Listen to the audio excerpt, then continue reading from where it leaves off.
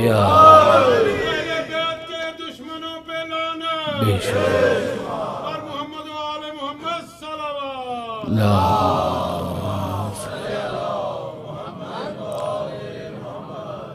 اعوذ باللہ من الشیطان اللعین الرجیم بسم اللہ الرحمن الرحیم الحمد للہ رب العالمین والصلاة والسلام علی اشرف الانبیاء والمرسلین سیدنا و مولانا ابی القاسم محمد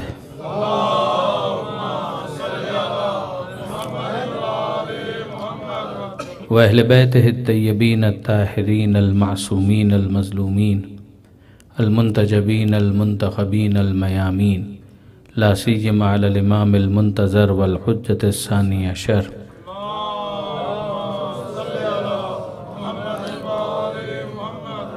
الذین اذهب اللہ عنہم الرجس وطہرہم تطہیرا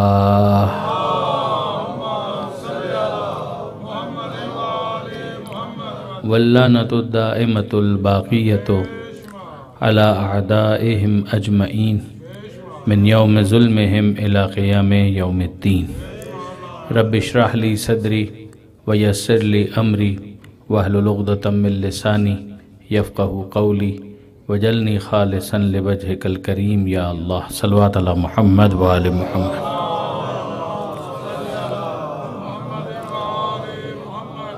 اما بعد فقد قال اللہ سبحانہ وتعالی فی القرآن الحکیم بسم اللہ الرحمن الرحیم یا ایہا الناس انا خلقناکم من ذکر و انثی وجعلناکم شعوبا وقبائل لتعارفوا ان اکرمکم عند اللہ اتقاکم وقال اللہ سبحانہ وتعالی قل اللہم مالک الملک تؤتی الملک من تشاء وتنزع الملک ممن تشاء وتعز من تشاء وتذل من تشاء بیدک الخیر صلوات علی محمد و آل محمد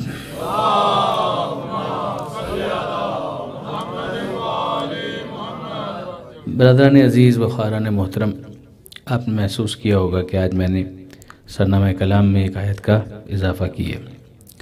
سورہ حجرات کی آیت جو مسلسل آپ سماعت فرما رہے ہیں، اس میں پروردگار عالم نے تمام انسانوں کو مخاطب کر کے یہ ارشاد فرمایا کہ اے انسانوں، ہم نے تم کو پیدا کیا ایک مرد اور ایک عورت سے۔ ہم نے تم کو مختلف قبیلوں میں، قوموں میں، کمیونٹیز میں ہم نے تم کو رکھا اور پلیس کیا۔ آبجیکٹیو اس کا کیا ہے؟ لتعارفوا، تاکہ تم آپس میں ایک دوسرے کے ساتھ انٹروڈیوس کروا سکو اپنے آپ کو۔ ان اکرمکم عند اللہ اتقاکم، یقیناً تم میں اللہ کے نزدیک عزت میں وہ زیادہ ہے، آنر میں وہ زیادہ ہے، پریسٹیج اور پرائیڈ میں وہ زیادہ ہے کہ جو تقوی میں زیادہ ہے۔ یہ بات پروردگار عالم نے یہاں پر بیان فرمائی۔ اب آئیے اس دوسری آیت کی طرف چلیے۔ یہ آیت ہے سورہ آل عمران کی، اور اس آیت کو میں قرآن مجید کی مظلوم ترین آیتوں میں شمار کرتا ہوں، یعنی وہ آیتیں کہ جن کے اوپر واقعاً ظلم ہوا۔ ذرا اس آیت کے اوپر غور فرمائیے گا۔ پروردگار عالم آداب دعا کے تعلیم دے رہا ہے، یہ سمجھا رہا ہے کہ خدا کو کیسے پکارنا ہے، خدا سے کیسے مناجات کرنی ہے۔ تو قل، کہہ دیجئے، اللہم، اے میرے خدا، مالک الملک، ملک کا مالک تو ہے، تؤتی الملک من تشاء، تو جس کو چاہے ملک عطا کرے، وتنزع الملک ممن تشاء، تو جس سے چاہے ملک لے لے، وتعز من تشاء، تو جسے چاہے عزت دے، وتذل من تشاء، تو جس کو چاہے ذلیل کر دے، بیدک الخیر، سارے کا سارا خیر تیرے ہاتھ میں۔ یہ ہے اس آیت کے اندر جو پروردگار عالم نے بیان فرمایا۔ اب میں اس کو کیوں مظلوم ترین آیتوں میں شمار کر رہا ہوں، اس کی وضاحت ابھی میں کرتا ہوں، مگر آپ ذرا رخ دیکھیے کہ کوئی کس انداز سے دیکھتا ہے اور کوئی کس انداز سے دیکھتا ہے۔ ایک انسان ہے، اس کے دیکھنے کا انداز ہے۔ اگر وہ فقط دنیا داری کے رخ سے دیکھتا ہے تو وہ ہو سکتا ہے کہ یہ کہے کہ یہ مسلمانوں کو پتہ نہیں کیا ہو گیا، پیشانی اپنی سجدے میں رکھتے ہیں، اپنی پیشانی کو مٹی سے آلودہ کرتے ہیں اور اس کو عبادت سے تعبیر کرتے ہیں۔ وہ سمجھتے ہیں کہ یہ کوئی عبادت کر رہے ہیں، یہ عجیب لوگ ہیں، خواہ اپنے آپ کو پیشانی سے آلودہ کر رہے ہیں۔ یہ کیا ذلت ہے، یہ کیا اپنی توہین ہے کہ جس کا انہوں نے اہتمام کیا ہوا ہے۔ خاک آلود ہونا تو اس میں تو کوئی عزت نہیں ہو سکتی، اس کے اندر تو ذلت ہی ذلت ہے۔ لیکن آپ ذرا غور فرمائیے کہ اب پروردگار عالم کی نظر سے اگر دیکھا جائے تو خداوند متعال ہمارے سامنے ایک دوسرا رخ پیش کرتا ہے۔ خدا تو یہ سمجھاتا ہے کہ جو میرے سامنے جتنا جھکتا چلا جائے گا میں اسے اتنا ہی بلند کرتا چلا جاؤں گا۔ اسی لیے آپ دیکھیے کہ پیغمبر اکرم کی معراج کا جہاں پر ذکر آیا تو پروردگار عالم نے کیا ارشاد فرمایا کہ سبحان الذی اسرا بعبدہ، بے عیب وہ ذات کہ جو لے گیا اپنے بندے کو، اپنے عبد کو۔ جب وہ میرے سامنے جھکتا ہے تو میں اس جھکنے والے کو جھکا ہوا رہنے نہیں دیتا، اس کو اتنی بلندی عطا کرتا ہوں کہ وہ معراج کی منزل پر فائز ہو جاتا۔ آپ نے غور فرمایا پروردگار کوئی دوسری صفت بیان کر سکتا تھا، مگر یہ عبدیت کو ہائی لائٹ کرنا یہ کچھ بتا رہا ہے۔ اچھا اب ذرا مولا کائنات امیر المومنین علی ابن ابی طالب علیہ السلام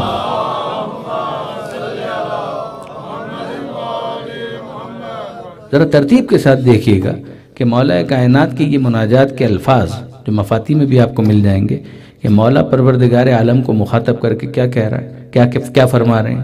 الہی کفا بی اذن ان اکون لکا عبدن، کہ اے میرے پروردگار میری عزت کے لیے یہ بہت کافی ہے کہ میں تیرا عبد اور تیرا بندہ ہوں۔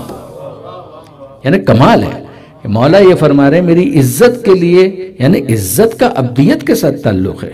آپ نے غور کیا، الہی کفا بی اذن، اے میرے خدا میری عزت کے لیے یہ بہت کافی ہے کہ میں تیرا عبد اور تیرا بندہ ہوں۔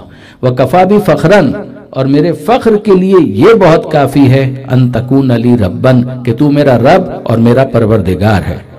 میری عزت کے لیے یہ بہت کافی ہے کہ میں تیرا عبد ہوں، میرے فخر کے لیے یہ بہت کافی ہے کہ تو میرا رب ہے۔ انت کما احب، تو ویسا ہے کہ جیسا میں چاہتا تھا۔ انت کما احب، تو ویسا ہے کہ جیسا میں چاہتا تھا۔ فجعلنی کما تحب، مجھے ویسا بنا دے، مجھے ویسا رکھ کہ جیسا تو چاہتا ہے۔ اب یہ جو امیر المومنین نے فرمایا اس پہ ذرا سا غور کیجئے گا، عزت کا بھی تذکرہ ہے، فخر کا بھی تذکرہ ہے، اور پھر سنیے مولا یہ فرما رہے ہیں کہ میری عزت کے لیے یہ بہت کافی ہے کہ میں تیرا عبد ہوں، میرے فخر کے لیے یہ بہت کافی ہے کہ تو میرا رب ہے۔ اب اس کے بعد مولا کیا فرما رہے ہیں؟ انتا کما احب۔ میرے بعض اساتذہ انہوں نے اپنے ایک استاد کو کوٹ کیا جو خنسار کے حوزہ علمیہ کے اندر تھے۔ یہ ایران کا نسبتاً غیر معروف شہر ہے، مگر وہاں پر بھی ایک بہت بڑا حوزہ علمیہ ہے۔ تو وہاں پر ایک شخصیت گزری ہیں، تو انہوں نے اپنے ایک درس میں ایک جملہ کہا، اور واقعاً عجیب جملہ۔ وہ فرماتے ہیں کہ مولا کا یہ جملہ جب میں پڑھتا ہوں تو میری ہمت نہیں ہوتی کہ اتباع علی میں بھی یہ اسی طرح سے تکرار کر دوں، کہ مجھ میں ہمت نہیں ہوتی۔ کہ مولا یہ کہہ رہے ہیں انت کما احب، تو ویسا ہے کہ جیسا میں چاہتا تھا۔ یعنی نگاہ علوی میں خدا کے لیے بھی کوئی معیار ہے کہ جس پر خدا پورا اترے تو علی یہ کہے تو ویسا ہے کہ جیسا میں چاہتا تھا۔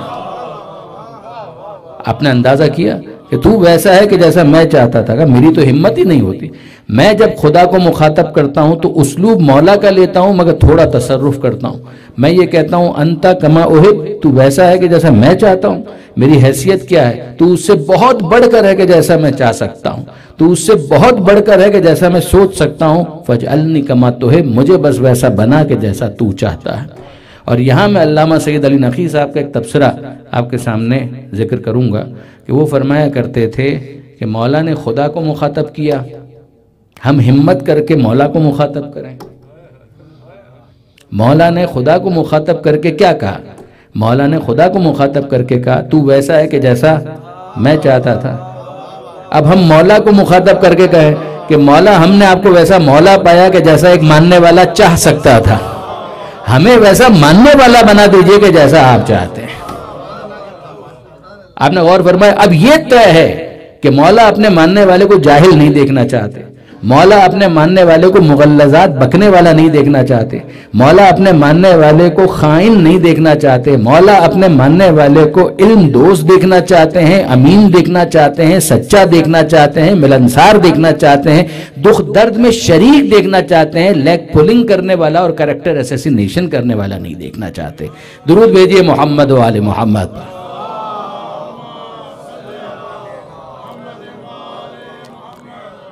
اگر ان آیتوں کو اور اس مناجات کے جملے کو آپ نے ترتیب کے ساتھ محسوس کیا ہو، ایک آیت میں خدا کہہ رہا ہے ان اکرمکم عند اللہ اتقاکم، تقوی زیادہ ہے تو خدا کے نزدیک عزت زیادہ ہے۔ ایک تمہارا ظاہرداری کا معاملہ ہے، تم یہ سمجھتے ہو کہ اگر ایک شخص وہ اپنی پیشانی کو خاک آلود کر لے تو اس کا احترام کم ہو گیا، اس کی عزت کم ہو گئی۔ ہم بتاتے ہیں کہ رفعنا لک ذکرک، اے حبیب ہم نے آپ کے ذکر کو رفعت اور بلندی عطا کی، ہم آپ کو معراج پر بلا رہے ہیں آپ کی عبدیت کو آنر کرنے کے لیے۔ مولا فرما رہے ہیں میری عزت کے لیے بہت کافی ہے کہ میں تیرا عبد اور تیرا بندہ ہوں۔ اور پھر اب پروردگار عالم کیا کہہ رہا ہے؟ قل اللہم، کہہ دیجئے کہ اے پروردگار، اے خدا مالک الملک، ملک کا مالک تو تو ہے، تو تل ملک من تشاء، تو جس کو چاہے ملک عطا کرے، جس سے چاہے ملک لے لے، وتعز من تشاء، تو جس کو چاہے عزت دے، وتذل من تشاء، تو جسے چاہے ذلیل کر دے، بیدک الخیر، سارا خیر تیرے پاس ہے۔ یہ آیت مظلوم کیسے ہو گئی؟ یہ آیت مظلوم یوں ہوئی کہ اس پر ظلم کیا گیا، تو آپ کو حق ہے کہ آپ پوچھیں کون ظالم تھا کہ جس نے ظلم کیا؟ تو میں آپ سے پوچھوں گا کہ قرآن کے ساتھ ساتھ کون ہے؟ قرآن کے ساتھ ساتھ ہیں اہل بیت۔ اہل بیت پر بھی ظلم ہوا تو سیدھی سی بات ہے جب اہل بیت پر ظلم ہوا تو جو اہل بیت کے ساتھ ہے اس پر بھی ظلم تو ہونا تھا، تو ظلم تو ہوا، مگر جو ظلم کرنے والے ہیں ان کی بھی کیٹیگریز ہیں، کچھ سادے ظلم کرنے والے ہوتے ہیں اور کچھ ہوتے ہیں بہت زیادہ ظلم کرنے والے۔ ازلم، میر انیس نے بھی اپنے مرثیے میں کئی مرتبہ اس لفظ کو استعمال کیا، اس تعبیر کو استعمال کیا۔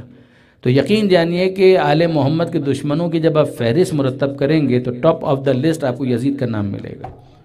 وہ یزید جس نے سب سے زیادہ ظلم اہل بیت پر کیا، اسی نے سب سے زیادہ ظلم قرآن پر بھی کیا۔ یہ آیت یزید پڑھ رہا ہے اپنے دربار میں، اس پر ظلم جو ہوا ہے اس کو میں سمجھانے کے لیے عرض کر رہا ہوں کہ اس آیت کو یزید نے اپنے دربار کے اندر پڑھا۔ کب پڑھا؟ جب یہ لٹا ہوا قافلہ دربار میں موجود تھا۔ اب ظاہر ہے کہ فارملی میں منزل مصائب سے کچھ دور ہوں، مگر میں چاہوں گا میرے نوجوان دوست خاص ان باتوں کے اوپر توجہ کریں۔ دربار ہے، یزید تخت پر بیٹھا ہوا ہے، لشکر آراستہ ہے، قیدیوں کو لایا گیا، اور پھر ایک ایونٹس کی ایک چین ہے کہ جو ہمارے سامنے آتی ہے، ایک سیکوینس ہے کہ جس کے ساتھ مختلف واقعات ہوتے ہیں۔ یہ آیت یزید نے پڑھی۔ اب میں آپ سے پوچھتا ہوں کہ یزید کا قرآن سے ربط کیا ہے؟ وہ یہ آیت کیوں پڑھ رہا ہے؟ اس آیت کی تلاوت کا کیا مقصد ہے؟ اب ذرا سا ان واقعات کی اس چین کو، ذرا سیکوینس کو ملاحظہ کیجیے گا۔ ہوا یہ کہ لٹا ہوا قافلہ آیا تو یزید نے اس موقع پر ایک شعر پڑھا، کچھ اشعار پڑھے، ان میں سے ایک شعر میں آپ کے سامنے عرض کر رہا ہوں کہ لقد قضیت من الغریم دیونی، کہ مجھے جو قرضہ وصول کرنا تھا وہ قرضہ میں نے وصول کر لیا۔ کیا مطلب؟ تو سر حسین موجود ہے، تشت میں رکھا گیا ہے، امام حسین علیہ السلام کا سر تشت میں رکھا ہوا ہے، اور وہ کیا کہہ رہا ہے؟ وہ کہہ رہا ہے لقد قضیت من الغریم دیونی، جس سے مجھے قرض وصول کرنا تھا وہ میں نے قرض وصول کر لیا۔ بعض جگہوں پر صراحت ہے کہ اس نے کہا لقد قضیت من الرسول دیونی، میں نے رسول سے جو رسول بنتا تھا، میں سوچ سمجھ کر یہ ترجمہ کر رہا ہوں، جیسے کہ یزید جب یہ کہہ رہا ہے تو اندازہ کیجئے کہ لقد قضیت من الرسول دیونی، وہ جو رسول بنتا تھا اس سے جو قرض مجھے وصول کرنا تھا وہ قرض میں نے وصول کر لیا۔ عربی میں دین کہتے ہیں قرض کو، وہ میں نے وصول کر لیا۔ پہلا سوال تو میں یہ کرنا چاہتا ہوں کہ مجھے ایک بات بتائیے کہ سر تو حسین کا کاٹا گیا، تو پیغمبر اکرم سے اگر قرض وصول بھی کرنا تھا تو وصول کیسے کیا؟ سر تو حسین کا کٹا ہوا ہے، قرضہ اگر پیغمبر اکرم سے وصول کرنا تھا تو کیسے وصول کیا؟ سر تو حسین کا ہے، رسول کا تو نہیں ہے۔ تو یقین جانیے کہ حسین کا منیت کی منزل پر ہونا اتنا روشن تھا کہ یزید بھی اس کا معترف ہے، یزید بھی اس بات کو جانتا ہے کہ حسین کا سر کاٹا گیا ہے تو یہ حسین کا سر نہیں ہے، یہ گویا مصطفیٰ کا سر ہے کہ جس کو کاٹا گیا ہے۔ غور فرمایا آپ نے، سر الشہادتین کے اندر شہادت امام حسین کو شہادت پیغمبر سے تعبیر کیا شاہ عبدالعزیز محدث دہلوی نے، جن کا ذکر پہلے بھی آیا تھا۔ ان کی کتاب ہے سر الشہادتین، کتابچہ ہے، انفیکٹ بکلیٹ ہے، لیکن یہ کہ اس کے اندر انہوں نے اس بات کو لکھا، ہمارا تو جو موقف ہے وہ ہے پیغمبر اکرم کے زہر خورانی کے اثر سے اس دنیا سے رخصت ہونے کے حوالے سے وہ اپنے مقام پر، لیکن چونکہ محترم برادران اہل سنت کی میجارٹی اس کو قبول نہیں کرتے، تو انہوں نے اس مسئلے کو ایکسپلور کیا اور انہوں نے کہا کہ جناب علی پھر مسئلہ کیا ہے؟ یہ کیسے دیکھا جائے کہ دوسرے انبیاء تو شہید ہوئے اور ہمارا جو رسول ہے اس کو اتنی بڑی فضیلت نہیں ملی؟ تو شاہ عبدالعزیز محدث دہلوی میں پھر یاد دلا رہا ہوں کہ غیر معمولی برجستہ شخصیت ہیں، شیعہ قطعاً نہیں ہیں، اینٹی شیعہ ہیں، رد شیعت میں انہوں نے کتاب لکھی ہے۔ اور یہ شاہ عبدالعزیز محدث دہلوی اس کے اندر سر الشہادتین، سر کہتے ہیں راز، سیکریٹ، شہادتین 2 شہادتیں، اور وہ 2 شہادتیں کس کی ہیں؟ حسن اور حسین کی۔ اس کے بارے میں لکھ رہے ہیں کہ اس میں راز کیا ہے؟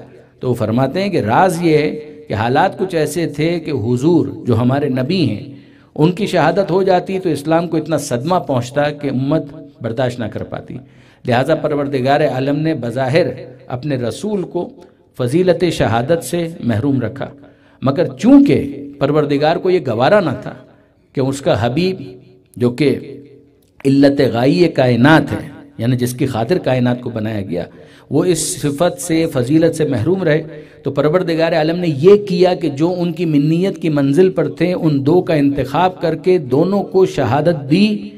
ایک کو وہ شہادت دی کہ جو زہر کے ذریعے سے، دوسرے کو وہ شہادت دی جو تلوار کے ذریعے سے۔ یا شہادت سری ہوتی ہے یا شہادت جہری ہوتی ہے، یعنی سری کا مطلب ہے زہر کی تلخی سے شہادت، اور جہری کا مطلب تلوار کی ضرب سے شہادت کا۔ یہی 2 انداز تھے شہادت کے۔ تو یہ دونوں شہادتیں تقسیم کر دیں 2 نواسوں میں، حسن کی شہادت اور حسین کی شہادت۔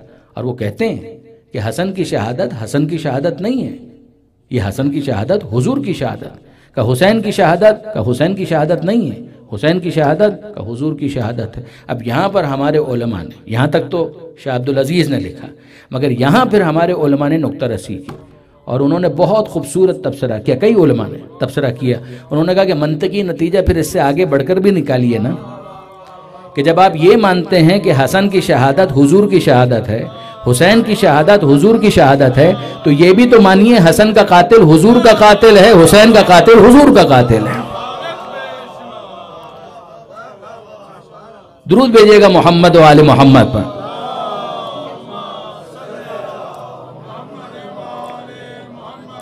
اگر یہ بات واضح ہوئی تو اب اس کے بعد ذرا دیکھیے کہ یزید یہ مصرع پڑھ رہا ہے، شعر پڑھ رہا ہے، اسی میں یہ مصرع ہے کہ لَقَدْ قَضَيْتُ مِنَ الرَّسُولِ دُیُونِی، کہ جو مجھے قرضہ وصول کرنا تھا وہ قرضہ میں نے وصول کر لیا۔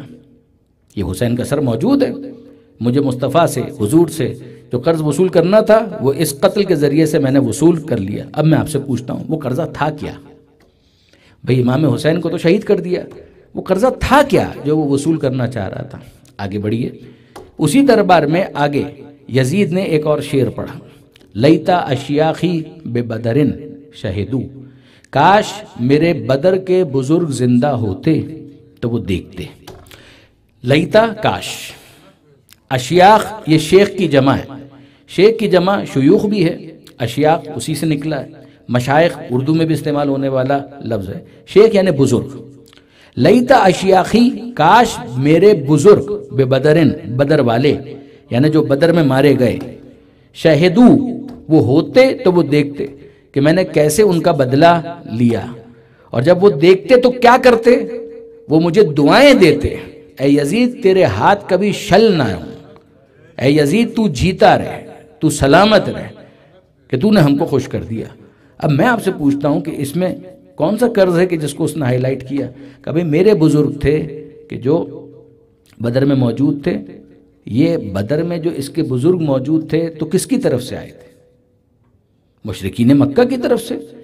کس سے لڑنے کے لیے آئے تھے؟ کہ حضور سے لڑنے کے لیے آئے تھے۔ تو ہوا کیا کہ وہ ناکام ہو گئے۔ جب ناکام، لڑنے وہی آئے تھے، لڑنے وہی آئے تھے اور ناکام ہو گئے۔ بھئی پیغمبر اکرم نے ہجرت کر لی، مدینہ منورہ آ گئے، تو آپ تو مطمئن ہو کر بیٹھ جائیے نا اپنے علاقے کے اندر۔ اگر آپ کو یہ اعتراض تھا کہ مکہ کے اندر لا اینڈ آرڈر کا مسئلہ ہو رہا ہے، ہمیں چین نہیں لینے دیا جا رہا، تو پیغمبر اکرم تو چلے گئے۔ اب پیغمبر اکرم کو چیز کرتے ہوئے مدینہ جا کر ڈسٹرب کرنے کا کیا مطلب؟ مگر وہ وہاں پر جا کر پیغمبر کو چیلنج کر رہے ہیں، جنگ ہو رہی ہے، باقاعدہ جنگ ہو رہی ہے۔ سورہ حج کے اندر پروردگار عالم نے بدر کو ڈسکس کیا ہے کہ اوزنا للذین یقاتلون بانہم ظلموا وان اللہ علی نصرہم لقدیر۔ آیت کے تیور دیکھیے، اجازت دی جاتی ہے، پیسو وائس، ایکٹیو وائس نہیں ہے، پیسو وائس، اوزنا اجازت دی جاتی ہے، للذین ان لوگوں کو، یقاتلون کہ جن سے جنگ کی جا رہی ہے، وہ خود نہیں کرنا چاہ رہے ہیں، ان کے اوپر جنگ کو مسلط کیا گیا ہے، بِأَنَّهُمْ ظُلِمُوا ان پر ظلم کیا گیا ہے، وَإِنَّ اللَّهَ عَلَى نَصْرِهِمْ لَقَدِيرٌ اور اللہ ان کی نصرت پر، ان کی مدد پر قدرت رکھتا ہے۔ یہ جنگ بدر کے سلسلے کی آیت ہے۔ یہاں پر آپ پھر غور کیجئے، ان سے جنگ کی جا رہی ہے، ان پر ظلم کیا جا رہا ہے، لہٰذا ان کو اجازت دی جاتی ہے، وہ آئے لڑنے کے لیے۔ اور پھر آپ یہ سن چکے ہیں کہ بدر کی جنگ میں کس کی تلوار تھی کہ جس کے اثر سے اس کے اجداد واصل جہنم ہوئے؟ وہ بدر کا ہیرو کون تھا؟ سیرت النبی میں شبلی نعمانی کا جملہ میں عرض کر چکا، یعنی ایک ترتیب کے ساتھ ہم نے گفتگو کو آگے بڑھایا ہے۔ تو پہلی تقریر کے اندر، دوسری تقریر کے اندر یہ باتیں آ چکی، تو اب بدر کی جنگ کو ذہن میں رکھیے، احد کی جنگ کو ذہن میں رکھیے، اور پھر اس کے بعد فتح مکہ۔ یہ تین ایونٹس وہ ہیں کہ جس کی بازگشت ہمیں سنائی دیتی ہے دربار یزید میں، یزید کی زبانی بھی، اور پھر اس کے بعد جناب زینب کے خطبے میں بھی۔ یعنی میں عرض یہ کرنا چاہ رہا ہوں کہ ذرا آپ غور فرمائیے کہ یہ کیا معاملہ ہے۔ پہلے وہ کہتا ہے کہ میں نے قرضہ وصول کر لیا، آگے کے شعروں کے اندر اس بات کو ہائی لائٹ کرتا ہے وہ قرضہ تھا کیا؟ لیتا اشیاخی ببدر شہدو، کاش میرے بدر کے بزرگ زندہ ہوتے تو وہ دیکھتے کہ میں نے کیسے ان کا بدلہ لیا۔ یہ تھا وہ قرضہ کہ جو اس کو وصول کرنا تھا اپنے زوم میں۔ اور پھر اس کے بعد کہتا ہے کہ اگر وہ ہوتے تو مجھے دعائیں دیتے، اے یزید تیرے ہاتھ کبھی شل نہ ہو، تو جیتا رہے، تو سلامت رہے۔ یہ جملہ اس نے کہا۔ اب اس کے بعد ایک اور جملہ جو یزید ہی نے کہا، وہ کیا تھا؟ لعبت ہاشم بالملک فلا خبر جاء ولا وحی نزل۔ یہ سب کا سب ڈھونگ تھا۔ لعبت، لہو و لعب، یہ وہ لفظ ہے کہ جو کھیل تماشے کے لیے استعمال ہوتا ہے۔ لہو و لعب یعنی کھیل تماشا، ناٹک، ایک سوانگ رچایا ہوا ہے، ایک ڈرامہ کیا ہوا ہے۔ لعبت ہاشم، یہ سارا ڈرامہ تھا بنی ہاشم کا، پیغمبر اکرم کے لیے کنایا ہاشم۔ بالملک، کس چیز کے لیے؟ ملک اور اقتدار کے لیے، حکومت حاصل کرنے کے لیے۔ آیت ذہن میں ہے آپ کے؟ آیت آپ کے ذہن میں ہے جس پر میں نے کہا تھا کہ ظلم ہوا؟ قل اللہم مالک الملک، ملک تیرا ہے، تو جس کو چاہے ملک عطا کرے۔ یزید نے کیا کہا پہلے؟ کہ لعبت ہاشم بالملک، کہ یہ سارا ملک اور اقتدار کا ڈھونگ تھا۔ فلا خبر جاء ولا وحی نزل، نہ کوئی خبر، نہ کوئی فرشتہ، نہ کوئی وحی، کچھ نہیں، نہ کوئی فرشتہ آیا، نہ کوئی کتاب نازل ہوئی، نہ کوئی وحی آئی، یہ سارا ڈھونگ تھا۔ یعنی پروردگار نے ان کا انتخاب کیا، انکار، ان کو رسول بنایا، انکار، ان کو اپنی وحی کے لیے منتخب کیا، وحی کا انکار، فرشتے کا انکار، رسالت کا انکار، قرآن کا انکار۔ فلا خبر جاء ولا وحی نزل۔ اب میں آپ سے پوچھتا ہوں کہ اگر کل کا انکار ہو گیا تو جز کا تلاوت کرنے کا کیا مطلب ہے؟ ذرا غور کیجئے، پوری کتاب کا انکار کر دیا، کوئی وحی نازل ہی نہیں ہوئی، پورا دین ہی ختم، تو اب اس کے بعد کسی آیت کو پڑھنے کا کیا مطلب ہے؟ آیت پڑھی ہے بعد میں یزید نے، اور وہی آیت پڑھی ہے کہ جس کو میں مظلوم آیت سے تعبیر کر رہا ہوں۔ مگر میں پوچھنا چاہتا ہوں کہ جب پوری کتاب کا انکار کر دیا تو پھر اس کے بعد اس آیت کو پڑھنے کا مطلب کیا ہے؟ اس آیت کو کیوں پڑھا جا رہا ہے؟ آپ ذرا غور کیجئے گا، اس کو کہتے ہیں استہزاء، اس کو کہتے ہیں مذاق اڑانا، اس کو کہتے ہیں موکری، کہ یہ موکری ہے۔ یعنی کیا مطلب؟ کبھی میرا عقیدہ تو سن چکے کہ میں تو اس کتاب کو مانتا ہی نہیں ہوں، نہ میں ان کو رسول مانتا ہوں، نہ میں اس وحی کو مانتا ہوں، میں اس سارے کلیم ہی کو فیک سمجھتا ہوں، یہ کلیم فیک ہے، جینون نہیں ہے، میں ان کو رسول ہی نہیں مانتا، تو میں کتاب کو کتاب خدا بھی نہیں مانتا۔ لیکن اب تم جو میرے سامنے موجود ہو، تم تو وارث بنتے ہو نا اسی رسول کے، تم تو وارث بنتے ہو اسی کتاب کے، تم تو وارث بنتے ہو اسی وحی کے، تو اب میں تمہارے سامنے اسی کتاب میں سے ایک آیت پیش کرتا ہوں۔ یہ ہے طنز کہ اس کتاب کے اندر یہ آیت موجود ہے نا کہ جس کے تم وارث بنتے ہو، تو اب اپنے آپ کو دیکھو اور مجھے دیکھو، اور پھر اس کے بعد سنو کہ تمہارے زوم میں، تمہارے خیال میں، تمہارے گمان ناقص میں خدا کیا کہہ رہا ہے؟ قل، کہہ دیجئے اللہم، اے خدا، مالک الملک، ملک کا مالک تو ہے، توتی الملک من تشاء، تو جس کو چاہے ملک عطا کرے، تو کس کو عطا کیا؟ غور فرمایا آپ نے کہ جو بٹوین دا لائنز یہاں پر جو طنز موجود ہے وہ یہ کہ تم نے کہا توتی الملک من تشاء، جس کو چاہے ملک عطا کرے، تو اب تم یہاں پر ہو، میں بھی یہاں پر ہوں، تو بتاؤ کہ کس کو ملک عطا کیا؟ اقتدار کس کا ہے؟ ملک کس کا ہے؟ تو عز من تشاء و تذل من تشاء، جس کو چاہے تو عزت عطا کرے، جس کو چاہے ذلیل کر دے۔ تو اب اپنے آپ کو دیکھو اور مجھے دیکھو اور پھر بتاؤ کہ عزت کس کو دی اس نے، ذلیل کس کو کیا اس نے؟ نعوذ باللہ من ذالک۔ لیکن بہرحال یزید نے اس آیت کا اس موقع پر استعمال کرنے کی کوشش کی، اور پھر آخر میں کہ بھئی دیکھ الخیر، کہ سارے کا سارا خیر تو اس کے پاس ہے، تو دیکھو خیر اس نے کس کو دیا، عزت کس کو دی، ذلیل کس کو کیا۔ اب ذرا دیکھو تخت پر کون بیٹھا ہے؟ یزید۔ تاج کس کے سر پر ہے؟ یزید کے۔ لشکر کس کا ہے؟ یزید کا۔ عسکر کس کا ہے؟ یزید کا۔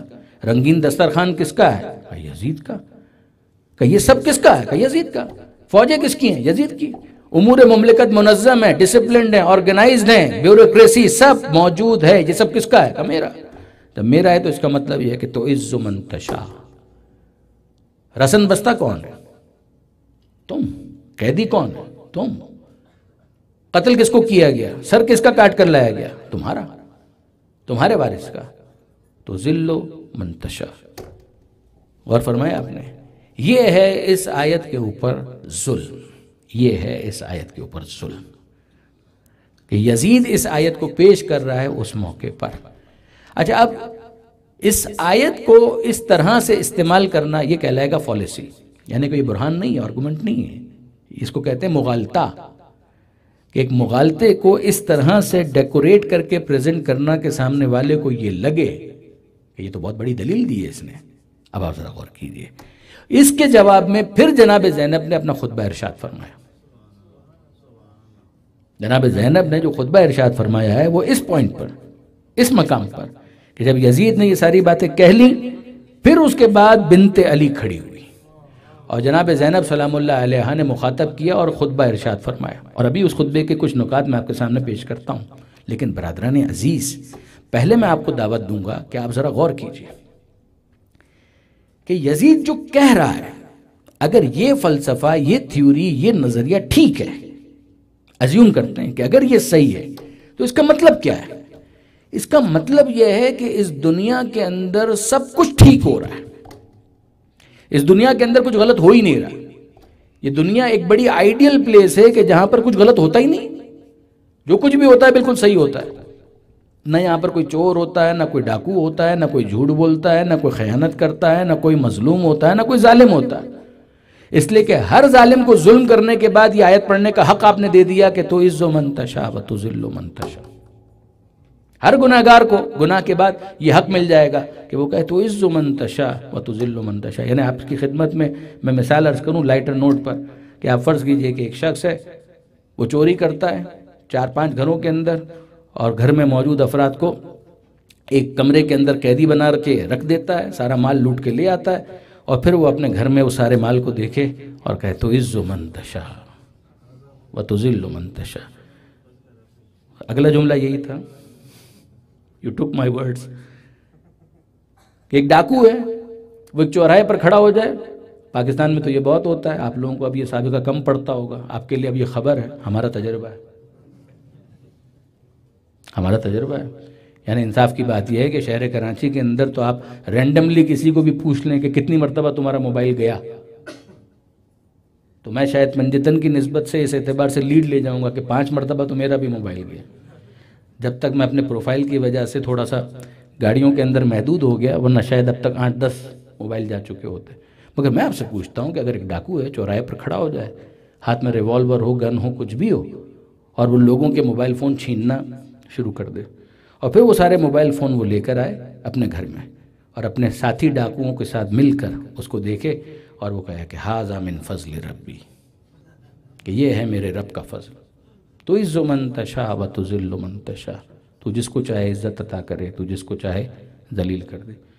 کہتے ہیں، مجھے نہیں پتا کہ کتنی حقیقت ہے اس میں، مگر ویسٹ میں کسی جگہ پر کوئی بھولا بادشاہ نیا کاروبار کر رہا تھا، تو کاروبار تو اچھی چیز ہے، مگر کاروبار کرنے کے لیے جو بھی اس نے کاروبار کیا وہ مولانا کے پاس آئے اور آ کر کہا حضور میری نئی دکان ہے، اس کے افتتاح ہے، ذرا آ کر وہاں پر حدیث قصہ پڑھ دیجئے، تلاوت قرآن کر دیجئے، کچھ ذکر ہو جائے گا تو برکت ہو جائے گی۔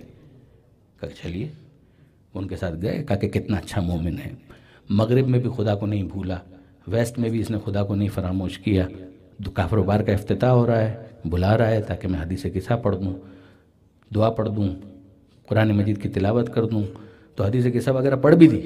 پھر اس کے بعد ان کو خیال آیا کہ پوچھوں تو صحیح کہ اس چار دیواری کے اندر ہونے والا کیا ہے؟ کہ حضور بس آپ دعا فرمائیے گا، نیا شراب کا کاروبار شروع کیا ہے کہ اللہ برکت دے اس کے اندر۔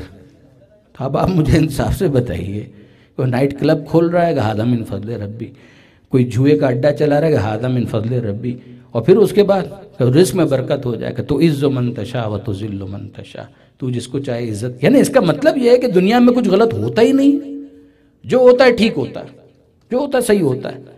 نہ اس دنیا کے اندر کوئی کاروبار غلط ہوتا ہے، نہ گفتار غلط ہوتی ہے، نہ کردار غلط ہوتا ہے، نہ کوئی ظالم ہوتا ہے، نہ کوئی مظلوم ہوتا ہے، نہ کوئی قاتل ہوتا ہے، نہ کوئی مقتول ہوتا ہے، نہ کوئی چور ہوتا ہے، نہ کوئی ڈاکو ہوتا ہے، کچھ نہیں ہوتا۔ اس کا مطلب یہ ہے کہ دنیا کے اندر سب ٹھیک ہو رہا ہے۔ آسان، اور یقین جانیے اس کا نتیجہ پھر یہی ہے آخر میں، پھر اس کا آخر میں نتیجہ بھی یہی ہے۔ یہ جو ہمارے بھائی نے ابھی کہا نا، آپ تک آواز تو پہنچی گئی ہوگی، لیکن یہ کہ میں آپ کی خدمت میں عرض کروں کہ یقین جانیے کہ میں خود اپنے اسکول ایج کو یاد کروں، ریکال کروں، تو ایک دفعہ میں نے اپنے استاد سے یہ پوچھا تھا، غلام علی بھائی پنجوانی صاحب، وہ ہمارے اسکول ٹیچر تھے، اور واقعاً ان کے میں احسان کو ریکگنائز کرتا ہوں، ایکنالج کرتا ہوں، ان کا بڑا احسان تھا۔ تو جب وہ ہسٹری پڑھا رہے تھے تو میں نے ان سے ایک دفعہ سوال کیا کہ حضور یہ بات مجھے سمجھ میں نہیں آئی، بنو امیہ والے لڑ رہے ہیں، بنو عباس والے لڑ رہے ہیں، آپس میں ایک دوسرے کے ساتھ لڑ رہے ہیں، اور یہاں پر ہم جب پڑھتے ہیں تو یہ بنو امیہ کے جتنے خلیفہ گزرے ہیں ان کو بھی گلوریفائی کرتے ہیں، اور جو بنو عباس والے ہیں تو ہارون رشید کا ذکر آتا ہے، تو ہمارے پاس ایک چیپٹر تھا دا وائس کیلف۔ میں نے کہا یہ عجیب تماشا ہے، دونوں ایک دوسرے کو لڑ رہے ہیں، جان سے مارنے کی دھمکیاں دے رہے ہیں، قتل کر بھی رہے ہیں، قبریں اکھاڑ رہے ہیں، سب کچھ کر رہے ہیں، اس کو بھی گلوریفائی کر رہے ہیں کہ اس کو بھی گلوریفائی کر رہے ہیں۔ تو انہوں نے کہا تھا کہ آپ یہ بنو امیہ اور بنو عباس کی کیا بات کر رہے ہیں؟ جنگ صفین میں ایک طرف علی ہیں، دوسری طرف جو ہیں وہ آپ جانتے ہیں، یہ بھی رضی اللہ ہیں، وہ بھی رضی اللہ ہیں۔ یہ کیا تماشا ہے؟ اس کا اینڈ کیا ہے؟ اس کا اینڈ یہ ہے کہ آدم بھی علیہ السلام اور شیطان بھی علیہ السلام، اس کا اختتام یہ ہے۔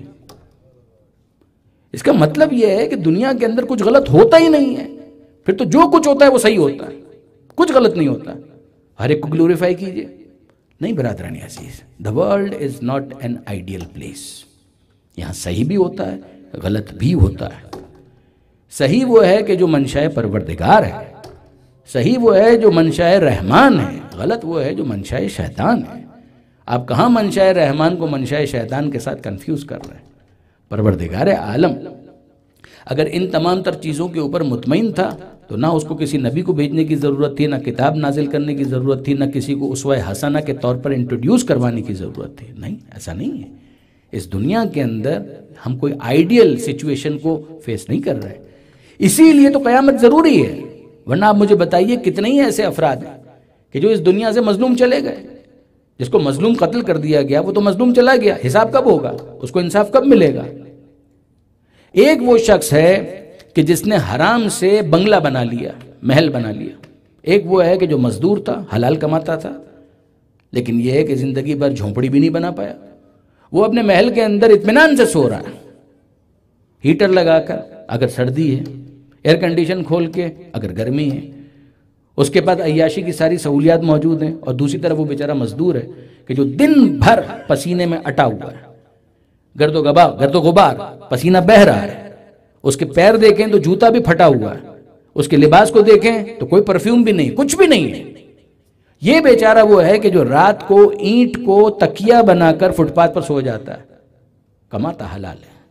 دوسری طرف وہ شخص کہ جس نے حرام سے، میں پھر یاد دلا رہا ہوں، اگر حلال سے کوئی بنگلہ بھی بنا لے تو اسلام کو کوئی اعتراض نہیں، لیکن حرام سے اگر وہ ولا بنائے، اس کو جھک جھک کر سلام کرنے والے لوگ موجود ہوں، اس کے پاس بہت بڑی بڑی گاڑیاں موجود ہوں، سلوٹ کرنے والے لوگ موجود، آپ کا کیا خیال ہے؟ پروردگار عالم کی یہ آیت اس کے لیے کہ تو عز من تشاء، اور وہ مزدور جو ہے تو ذل من تشاء۔ اگر ایسا ہے تو علی الاسلام السلام، پھر ایسے اسلام کو دور سے سلام۔ ہم تو اس رسول کو جانتے ہیں کہ جس نے مزدور کے ہاتھوں کو اپنے ہاتھوں میں لیا، مزدور کے ہاتھوں کو اپنے ہاتھوں میں لیا۔ پیغمبر اکرم کے بارے میں ملتا ہے، پیغمبر اکرم نے مزدور کے ہاتھوں کو دیکھا جن ہاتھوں پر چھالے تھے، پیغمبر اکرم نے ہاتھوں کو اپنے ہاتھوں میں لیا، آنکھوں میں آنسو آ گئے، پیغمبر اکرم نے جھک کر ان ہاتھوں کو بوسہ دیا اور کہا مرحبا، کیا کہنا ان ہاتھوں کو کہ جن کو جہنم کی آگ جھلا نہیں سکتی، تو عز و منتشا، یہ ہے تو عز و منتشا، یہ ہے تو عز و منتشا۔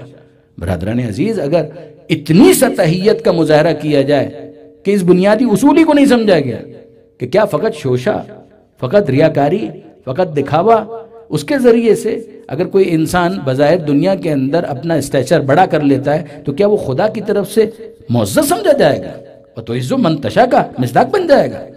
اگر ایسا ہے برادران عزیز تو پھر میں آپ کی خدمت میں عرض کرتا ہوں کہ اس کا نتیجہ کیا ہے۔ اس کا نتیجہ تو یہ ہے کہ کوئی شہید ہوتا ہی نہیں ہے، پھر کوئی شہید نہیں ہوتا، اس لیے کہ شہید جتنے بھی ہوئے ہیں قاتل کو حق ہے کہ اس شہید کے لاشے کے اوپر آ کر رقص کرے اور یہ کہے تو عز و منتشا و تذل منتشا۔ پھر آپ انصاف سے مجھے بتائیے کہ قرآن مجید نے جو یہود کے جرائم بیان کیے ہیں اس کے اندر، ان کرائمز کے اندر ہائی لائٹ کیا ہے پروردگار نے کہ یقتلون النبیین بغیر الحق، کہ یہ انبیاء کو ناحق قتل کیا کرتے تھے۔ کیا ناحق قتل کیا کرتے تھے؟ قتل کر دیا، ان کو حق دیجئے کہ وہ کہیں تو عز و منتشا و تذل منتشا۔ اسی قرآن کے اندر زکریا علیہ السلام کا ذکر ہے، کفیل جناب مریم سلام اللہ علیہ۔ یہ جناب زکریا علیہ السلام نبی خدا ہیں، ان کو آرے سے چیر دیا گیا، دو حصوں میں تقسیم کر دیا گیا، تو پھر ان کی مظلومیت کو کیوں بیان کیا جائے؟ پھر تو جو قاتل ہے اس کو آپ حق دیجئے کہ وہ کہے کہ تو عز و منتشا و تذل منتشا۔ وہی زکریا علیہ السلام ان کے فرزند ہیں کہ جن کا نام ہے یحییٰ علیہ السلام۔ کیا عجیب بات ہے کہ یحییٰ علیہ السلام وہ شخصیت، وہ شہید کہ جن کو سفر کربلا میں حسین علیہ السلام نے بار بار یاد کیا۔ یہ جملہ امام کا ہے کہ اس دنیا کی بے وقتی کے لیے یہی بہت کافی ہے کہ یحییٰ جیسے نبی کا سر کاٹ کر ایک زن بدکار کے پاس بھیج دیا گیا، ایک پروسٹیٹیوٹ کے پاس بھیج دیا گیا۔ تو اس کی آپ اگر پوری تفصیل دیکھیں تو وہاں پر ایک بادشاہ ہی ہمیں نظر آتا ہے جو تخت پر بیٹھا ہوا تھا، جس کے سر پر تاج بھی تھا، جس کے پاس لشکر بھی تھا، جس کے پاس عسکر بھی تھا، وہ ساری چیزیں جو یزید کے پاس تھی وہ اس کے پاس تھی۔ اور وہ یحییٰ علیہ السلام کا سر جب لایا گیا تو اس نے کہا کہ لے جاؤ، اس کے پاس لے جاؤ، ہدیہ، تحفہ میری طرف سے، اور لے جایا گیا۔ تو یحییٰ علیہ السلام ذلیل ہو گئے، نعوذ باللہ من ذالک۔ اس کا مطلب تو یہ ہوا کہ یحییٰ علیہ السلام ذلیل ہو گئے۔ اس نے ذلیل کرنے کی کوشش ضرور کی دنیا داری کے معیار کے مطابق، مگر پروردگار کو پوچھئے تو پروردگار عالم تو شہداء کی زندگی کی بات کرتا ہے۔ پھر اس آیت کا کیا مطلب ہے کہ لا تحسبن الذین قتلوا فی سبیل اللہ امواتا۔ جناب زینب نے اس آیت کو اپنے خطبے کے اندر کوٹ کیا ہے کہ لا تحسبن الذین قتلوا فی سبیل اللہ امواتا۔ گمان بھی نہ کرنا، خیال بھی نہ کرنا، تمہارے ذہن و دل و دماغ و وہم و خیال میں کہیں یہ بات نہ آنے پائے کہ وہ جو اللہ کی راہ میں قتل کر دیے گئے کشتگان راہ خدا۔ علامہ رشید ترابی اعلی اللہ مقامہ یہ ترجمہ کرتے تھے، الذین قتلوا فی سبیل اللہ، کشتگان راہ خدا۔ کشتگان راہ خدا کو مردہ مت سمجھو، بظاہر تو مردہ ہیں، سر تو کٹ گیا، سر کہیں ہے، تن کہیں ہے۔ پروردگار فرما رہا ہے کہ یہ تمہارے دانست میں جو تم کو فیس ویلیو کے اوپر نظر آ رہا ہے، اگر تم اسی پر رکنا چاہتے ہو تو جاؤ، تم جانو تمہارا کام جانے۔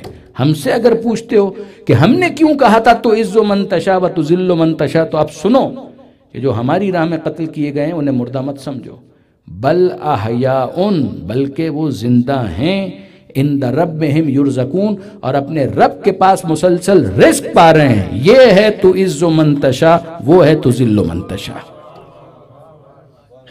آپ نے غور فرمایا برادران عزیز؟ یہ اگر ایکویشن سالو نہیں ہوں گی تو برادران عزیز میں آپ کی خدمت میں واضح عرض کرتا ہوں کہ کنکلوژن نہیں آ سکتا۔ یزید نے کس طرح سے ایکسپلائٹ کرنے کی کوشش کی۔ اس موقع پر جناب زینب سلام اللہ علیہ نے جب بلند ہو کر خطبہ دیا ہے، دیکھیں اگر انصافاً ایک طالب علم کی حیثیت سے آپ مجھ سے پوچھیں کہ جناب زینب کے اس خطبے کے لیے کوئی ٹائٹل، کوئی عنوان تجویز کیا جا سکتا ہے تو میں ایک عنوان تجویز کروں گا کہ بی بی کے اس خطبے کا موضوع ہے قرآن اور اہل بیت کی نظر میں عزت اور ذلت کا معیار. عزت اور ذلت کا معیار یہ جناب زینب سلام اللہ علیہ نے اپنے اس خطبے کے اندر ہائی لائٹ کیا. اور اب میں آپ کی خدمت میں عرض کروں، ذرا سنیے. بی بی کس کو ریپریزنٹ کر رہی ہیں؟ شہزادی کس کو ریپریزنٹ کر رہی ہیں؟ اپنے بھائی کو، حسین ابن علی کو، اہل بیت کو، آل محمد کو، پیغمبر اکرم کو، مولا کائنات کو، شہزادی کو، سیدہ عالم کو. اور اب سنیے کہ امام حسین کیا کہہ رہے ہیں. وہ جو کہہ رہے ہیں شہید ہونے والے ہیں نا، ذرا سنیے امام کا یہ جملہ عجیب ہے. حسین کہتے ہیں ان الدعی ابن الدعی قد رکضنی بین اثنتین. کمال ہے. یعنی ان الفاظ کو انسان پڑھتا ہے رونگٹے کھڑے ہو جاتے ہیں، اور یقین جانیے الفاظ کہتے ہیں کہ حسین بول رہے ہیں. ان الدعی ابن الدعی قد رکضنی بین اثنتین. دعی بد نسب، یہ بد نسب ابن بد نسب. ان الدعی ابن الدعی یہ بد نسب ابن بد نسب. اس نے مجھے دو میں سے ایک آپشن کو اختیار کرنے کا کہا ہے. اس نے مجھے دو چوائسز دی ہیں. قد رکضنی بین اثنتین. وہ دو چوائسز کیا ہیں؟ بین السلہ والذلہ. ایک تو ہے ذلہ، یہ ذلت تو وہی ہو گیا. اب ذلت کے مقابلے میں جو بھی ہے وہ حسین کی نظر میں عزت ہے. بہت توجہ کیجئے گا. بین السلہ والذلہ مجھے دو آپشنز دیے ہیں. ایک تو یہ ہے کہ میں اس کی بیعت قبول کر کے ذلت کا آپشن لے لوں، میں تذلیل قبول کر لوں، ذلت کو لے لوں. بین السلہ والذلہ. دوسرا آپشن کیا ہے؟ السلہ. سلہ کس کو کہتے ہیں؟ لغت میں جا کر دیکھیے، مواجہۃ السیف. سیف کا مطلب ہے تلوار، مواجہہ کا مطلب ہے فیس کرنا. یعنی میرے پاس ایک آپشن ہے کہ میں اس کی بیعت کر کے ذلت قبول کر لوں، اور دوسرا آپشن کیا ہے؟ اگر میں عزت چاہتا ہوں تو مجھے تلوار کا سامنا کرنا پڑے گا. بین السلہ والذلہ. پھر سنیے گا، ان الدعی ابن الدعی قد رکضنی بین اثنتین.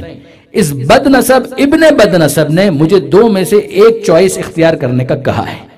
یا میں سلہ قبول کروں یا ذلہ.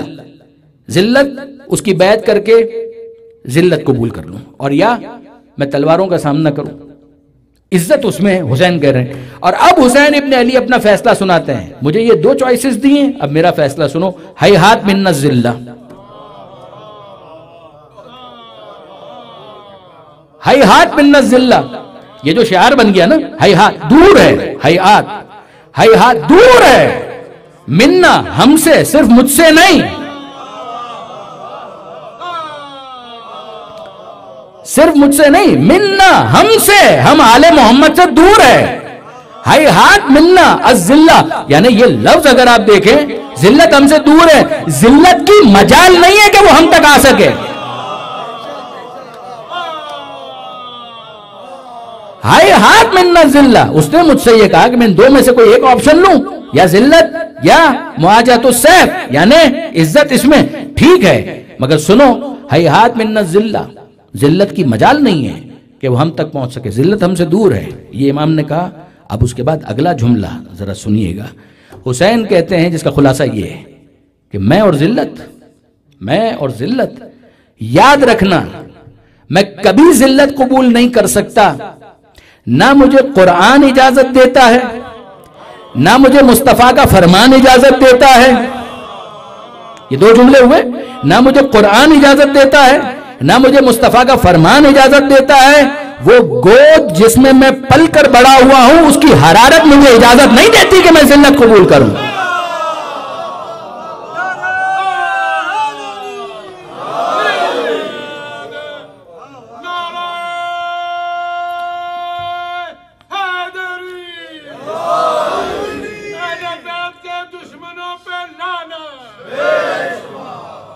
وہ گود جس میں پل کر بڑا ہوا، یعنی سیدہ عالم کو اس سے بڑا خراج تحسین،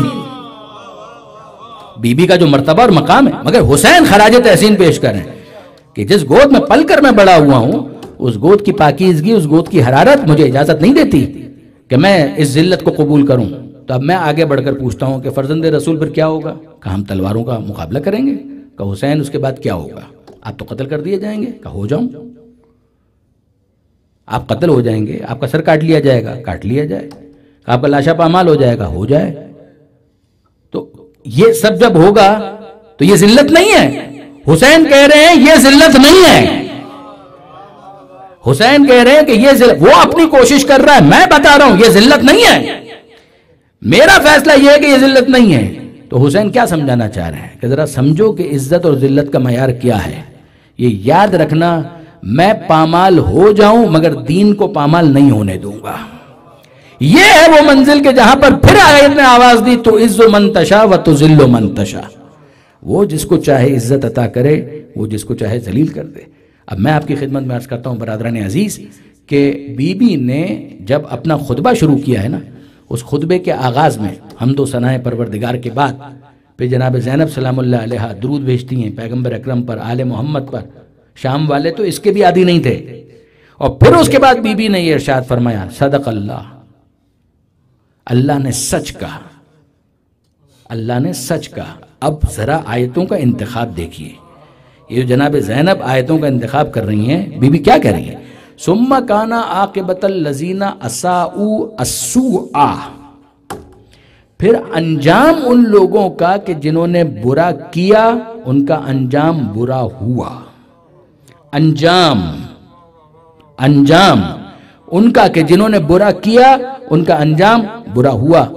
چور چوری کر کے کچھ دیر تک عیاشی کر کے یہ نہ سمجھے کہ انجام بھی یہی ہے. ابھی تو جرم اسٹیبلش ہو رہا ہے، انجام تو بعد میں ہے.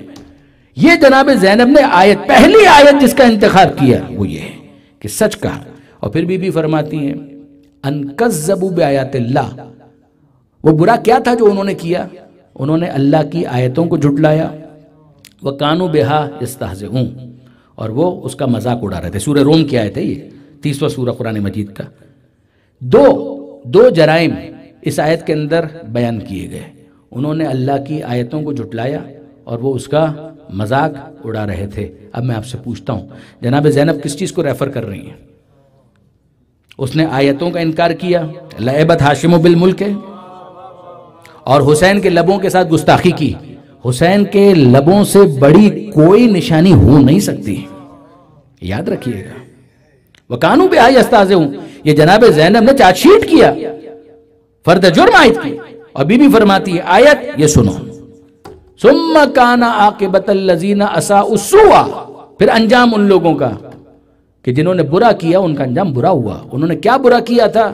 تو انہوں نے اللہ کی آیتوں کی تکذیب کی تھی اور ان کا مذاق اڑایا تھا.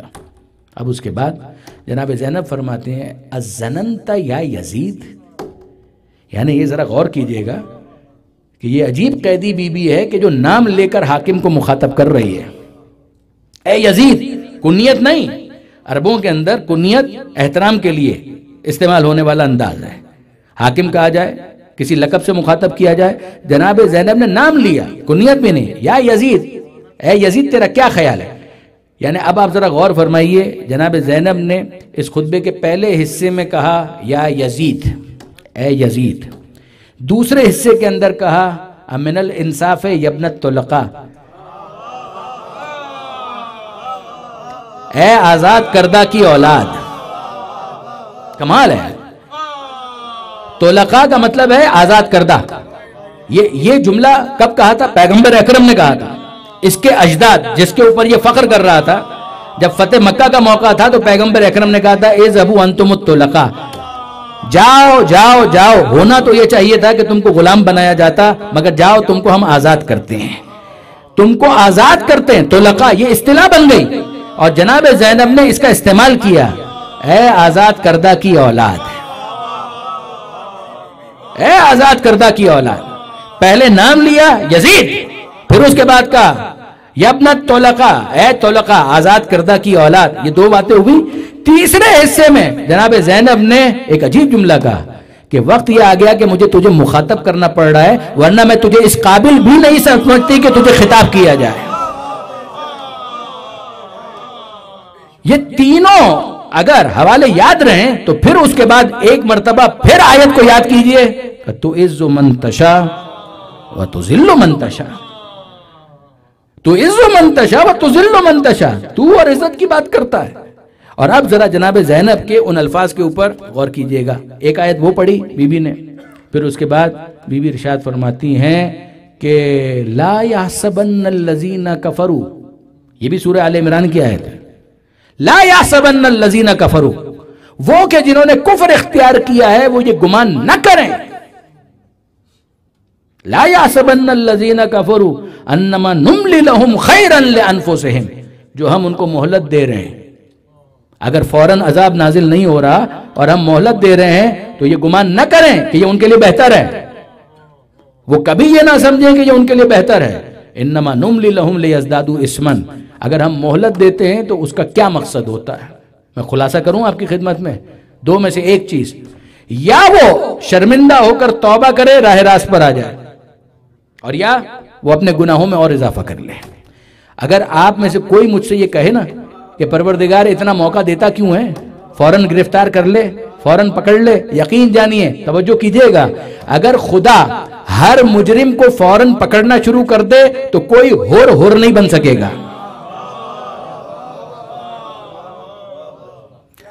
کوئی ہور نہیں بن سکے گا. پروردگار مہلت پوری دیتا ہے تاکہ اگر کوئی راہ راست پر آنا چاہے تو وہ آ جائے. اگر کوئی فجر کی نماز قضا کرے تو کیا خیال ہے، پروردگار صبح کا ناشتہ اس کا روک دے گا؟ نہیں ہوگا. برادران عزیز، پالیسی کو سمجھیے. اگر کوئی شخص عزاداری کے لیے فرش عزا پر آ جائے، ماتم کرے، اور وہ گھر جائے اور تکیہ اٹھائے تو اس کے نیچے سے $100 نکل آئے، تو آپ مطمئن رہیے کہ امتحان تو سب ختم ہو گیا. پھر تو آپ کو حسینیہ کے اندر یہاں پر باب الحوائج میں اس جیسے 100 ہال بھی کم پڑیں گے. پورا کیلگری آ جائے گا، سب ماتم کرنے کے لیے آ جائیں گے. لیکن یہ پروردگار عالم کی پالیسی کو نہ سمجھنے کا نتیجہ ہے. امتحان کہتے ہی اس کو ہے کہ جب تک امتحان ہو رہا ہو نفس میں اطمینان تو آ سکتا ہے کامیاب کا، لیکن انعام اپنے موقع پر ملے گا اور مجرم کو سزا اپنے موقع پر ملے گی. یہ یاد رکھیے گا برادران عزیز کہ یہ قرآن مجید کا وہ فلسفہ مہلت ہے کہ جو پروردگار عالم نے بہت ایکسپلیسٹلی، کچھ ایکسیپشنز آپ کو مل جائیں گے، ورنہ جنرلی بائی اینڈ لارج جو پروردگار کی پالیسی ہے وہ یہی ہے. یہ جناب زینب نے یہاں پر پڑھا. دوسری آیت بی بی فرماتی ہے لا یحسبن الذین، گمان بھی نہ کریں وہ کہ جنہوں نے کفر اختیار کیا، کہ انما نملی لہم، کہ جو ہم ان کو مہلت دے رہے ہیں یہ ان کے لیے بہتر ہے. قطعاً ایسا نہیں ہے. انما نملی لہم لیزدادوا اثما، ہم ان کو مہلت اس لیے دے رہے ہیں کہ اگر وہ اور گناہ کرنا چاہتے ہیں اور گناہ کر لیں اور اپنے دل کے ارمان پورا کر لیں. اس کے بعد لہم عذاب مہین، پھر اس کے بعد ان کے لیے وہ عذاب ہے جو عذاب مہین ہے. میں واقعاً جناب زینب کے آیتوں کے سلیکشن کے اوپر قربان ہو جاؤں. بی بی نے فقط وہ آیت نہیں انتخاب کی جس میں عذاب کا ذکر ہو. عذاب مہین، یہ لفظ مہین کہاں سے نکلا ہے؟ یہ وہ لفظ ہے کہ جس کی ایک آف شوٹ آپ اردو کے اندر بھی استعمال کرتے ہیں، توہین، اہانت. بی بی فرما رہی ہے خدا کہہ رہا ہے عذاب مہین، پھر ان کے لیے توہین والا، رسوائی والا، ذلت والا عذاب ہے. تو عز من تشاء و تذل من تشاء. آپ نے غور فرمایا، عذاب مہین، عذاب وہ عذاب کہ جو توہین والا عذاب ہے، اہانت والا عذاب ہے. وہ خدا سمجھا رہا ہے کہ تو عز من تشاء و تذل من تشاء کا مطلب کیا ہے. اور پھر اس کے بعد آگے جناب زینب سلام اللہ علیہا نے پھر یہ ارشاد فرمایا، اے طلقاء کی اولاد، کیا یہ انصاف ہے کہ تو نے اپنے گھر کی خواتین کو تو پردے میں بٹھایا اور نبی زادیوں کو، علی اور زہرا کی بیٹیوں کو اس طرح سے بازاروں اور درباروں میں لایا گیا کہ شریف اور کمینے اور ہر طرح کے انسان ان کے چہروں کا تماشا دیکھ رہے ہیں. مگر ان سے اس کے سوا کیا امید کی جا سکتی ہے کہ جن کی پرورش آل محمد کے بغض کے ساتھ ہوئی ہے. آکلۃ الاکباد کی اولاد سے اس کے سوا کیا توقع کی جا سکتی ہے. یہ لفظ جناب زینب نے استعمال کیا، آکلۃ الاکباد. ذرا غور کیجئے گا، یہ احد کو ریفر کیا. طلقاء کا لفظ فتح مکہ، آکلۃ الاکباد جگر خارا، یہ وہی یزید، آپ جانتے ہیں یزید کی دادی جگر خارا جو جناب حمزہ کی شہادت کا، اس کو ریکال کروایا کہ تم تو اس وقت بھی یہ سمجھ رہے تھے کہ جگر چبانے والی کو خدا نے عزت دی ہے، مگر حمزہ کو خدا نے عزت دی. تو عز من تشاء و تذل من تشاء. توجہ کیجئے گا کہ جناب زینب کس طرح سے اپنی پورے دلائل کے ایک سلسلے کو منظم کرتی ہے. یہ خطبہ ایسا نہیں ہے کہ بس پڑھ کر اس کو رکھ دیں, اس پر غور کرنے کی ضرورت ہے کہ جناب زینب نے کس طرح سے اپنی بات کو پریزنٹ کیا ہے, کس ترتیب کے ساتھ بیان کیا ہے. جناب زینب فرماتی ہے عاقلۃ الاقباط کی اولاد سے اس کے سوا کیا توقع کی جا سکتی ہے. اور پھر اس کے بعد جناب زینب آگے بڑھ کر اختتام پر کنکلوڈ کرتے ہوئے خطبے کے اختتام پر جناب زینب نے 3 پیشن گوئیاں کی. یہ 3 پیشن گوئیاں کی ہیں جناب زینب نے. وہ تینوں پیشن گوئیاں ذرا سنیے گا. جناب زینب فرماتے ہیں کت قیدک, یہ عجیب جملہ ہے, کت قیدک. قید کا مطلب ہوتا ہے مکر, فریب, سازش. کت قیدک, اے یزید جو تو نے کیا وہ تو کیا, آگے بھی جو تجھے کرنا ہے کر گزر. جو مکر کرنا ہے کر, جو کانسپریسیز کرنی ہے کر, جو سازش کرنی ہے کر. اب سن میں کیا کہہ رہی ہوں, ساری سازشیں کر لے. اور اب سن, واللہ علی کی بیٹی خدا کو گواہ کر کے اس بات کا اعلان کرتی ہے لا تمہو ذکرنا, تو ہمارے ذکر کو ختم نہیں کر سکتا. یہ جو جناب زینب نے کہا ہے نا برادران عزیز, واللہ لا تمہو ذکرنا, خدا کی قسم تو ہمارے ذکر کو مٹا نہیں سکتا. یہ کیا کہا جناب زینب نے؟ اس دن سے لے کر آج تک کی عزاداری اور آج سے لے کر قیامت تک کی مجلسیں اس بات پر گواہ ہیں کہ جناب زینب نے جو کہا تھا سچ ثابت ہوا. واللہ لا تمہو ذکرنا, اے یزید تو ہمارا ذکر مٹا نہیں سکتا. یہ ذکر مٹے گا نہیں, ایک بات کا. دوسری بات, لا تمیتو وحینا. دوسری بات سن, تو نے کیا کہا تھا کہ کوئی وحی نازل نہیں ہوئی. علی کی بیٹی اعلان کرتی ہے کہ تو ہماری وحی کو ختم نہیں کر سکتا, نہ تو ہمارے ذکر کو مٹا سکے گا, نہ قرآن اور دین اور اسلام کو تو ختم کر پائے گا. نہیں ہوگا تجھ سے نہیں ہو پائے گا. یہ 2 باتیں ہو گئیں. اور اب اس کے بعد تیسری بات سنیے. تو جناب زینب فرماتی ہیں اے یزید ہمارا ذکر تو نہیں مٹا سکے گا, ہماری وحی کو تو ختم نہیں کر سکے گا. تیسری بات, جو داغ تیرے دامن پر قتل حسین کا لگ چکا ہے قیامت تک تو رسوا رہے گا, کبھی یہ داغ ختم نہیں ہوگا. وہ پہلی 2 پیشن گوئیاں تو عز و منتشا, اور یہ تیسری پیشن گوئی تو ذل و منتشا کی تفسیر بن گئی. کہ وہ جو خدا نے کہا تھا اس کا مطلب کیا ہے میں بتاتی ہوں. لا تمہو ذکرنا, تو ہمارا ذکر مٹا نہیں سکتا, تو ہماری وحی کو ختم نہیں کر سکتا. یہ ہے تو عز و منتشا.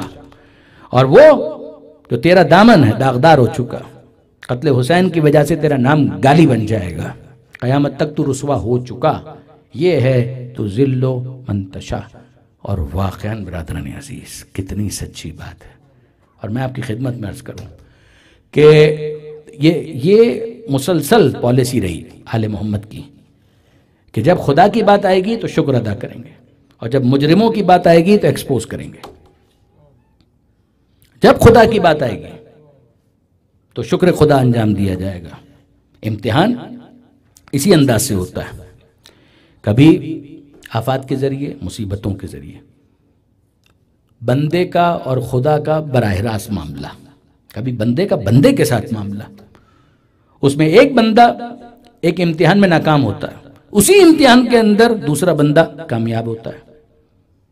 غور کیجئے گا, اگر ظالم ظلم کر کے امتحان میں ناکام ہو رہا ہے تو مظلوم اگر استقامت کے ساتھ مقابلہ کرتے کرتے دنیا سے چلا بھی جائے تو مظلوم ہوگا مگر کامیاب ہوگا. اگر یہ کامیابی سمجھ میں نہیں آتی تو کبھی علی کا وہ جملہ سمجھ میں نہیں آ سکتا کہ فزت برب الکعبہ, رب کعبہ کی قسم میں کامیاب ہو گیا.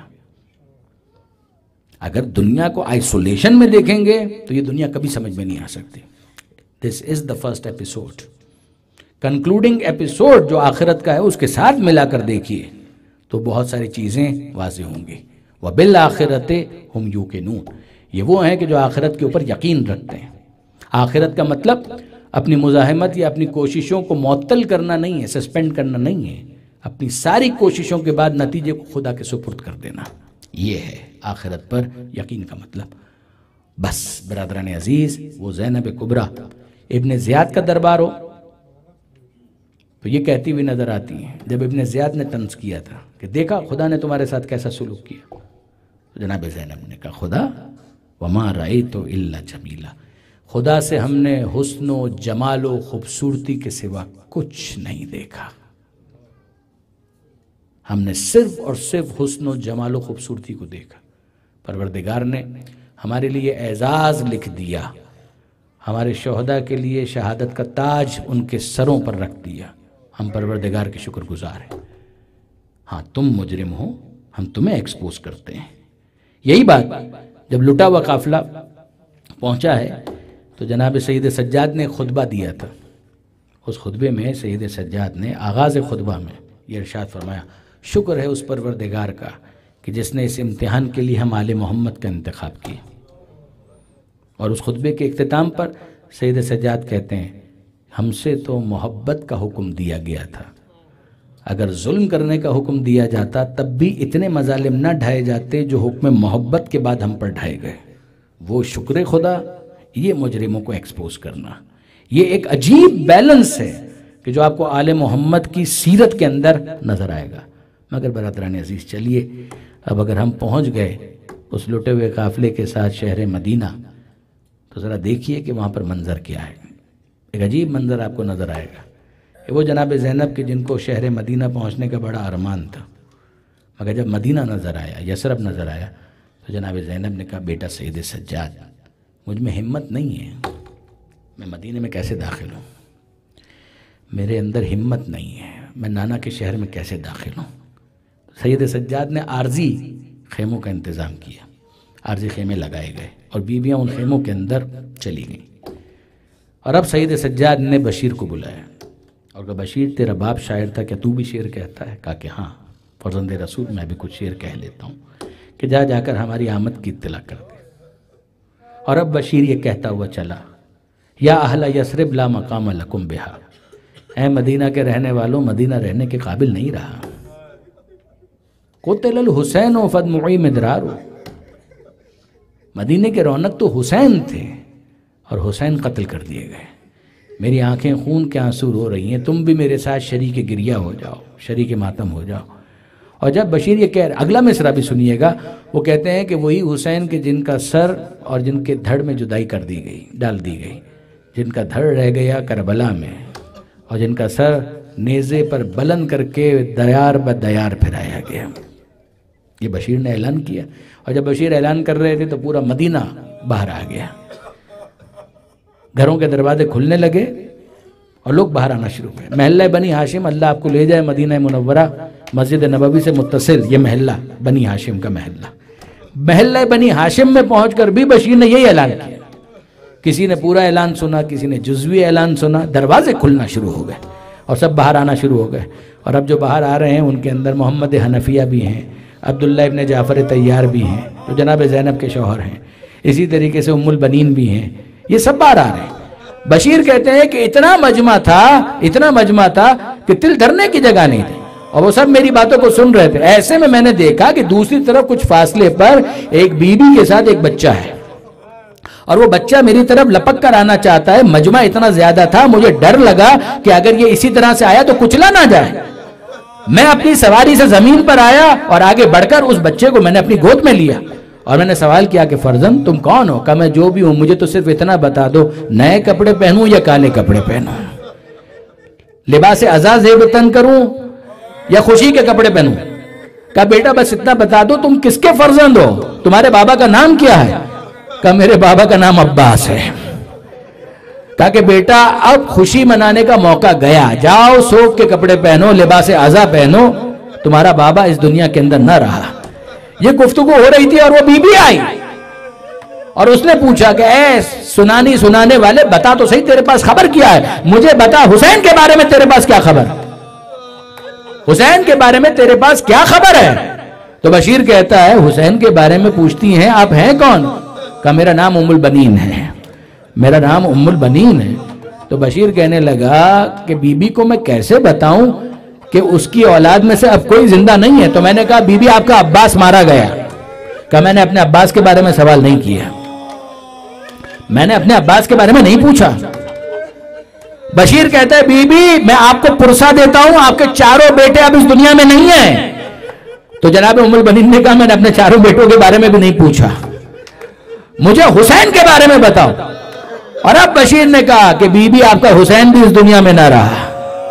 ماتم اب شروع ہوا، جناب ام البنین نے اس کے بعد ماتم کیا ہے، اور اب جناب ام البنین کا ماتم، جناب ام البنین کے مرثیے، جناب ام البنین کے مرثیوں کے اندر ایک مرثیہ یہ بھی، اے لوگوں اب مجھے ام البنین مت کہا کرو۔ ام البنین کا مطلب ہے بیٹوں کی ماں، اب مجھے ام البنین مت کہا کرو، اس لیے کہ میرے وہ بیٹے کہاں رہے کہ جن کی نسبت سے مجھے ام البنین کہا جاتا تھا۔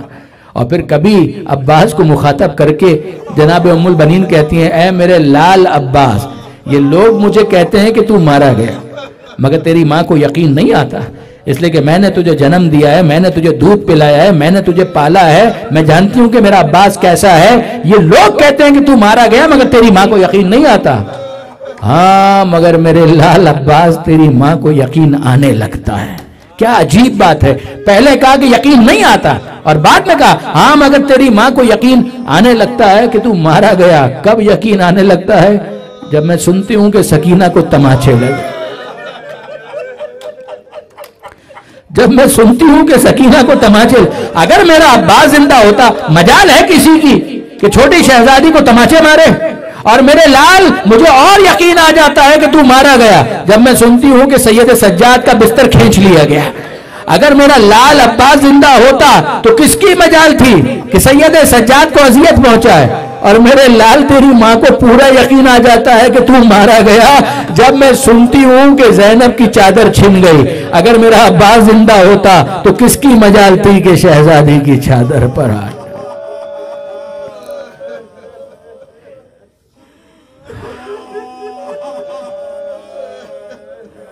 اللہ لعنت اللہ علی الظالمین وسیعلم الذین ظلموا ای منقلب ینقلبون۔ بار الہ اس قلیل توسل کو اپنی بارگاہ میں قبول فرما، ان آنسوؤں کو جناب سیدہ کے رومال میں جگہ عطا فرما، بانیان حاضرین منتظمین کی توفیقات میں اضافہ فرما، بیماروں کو شفا عطا فرما، بے روزگاروں کو رزق حلال عطا فرما، جو بے اولاد ہیں اولاد صالح عطا فرما، جو صاحبان اولاد ہیں تربیت کی توفیق عطا فرما۔ مالک جو اپنی اولاد کے رشتوں کے لیے پریشان ہیں ان کو بہترین رشتے عطا فرما، جن گھروں میں ناراضی ہے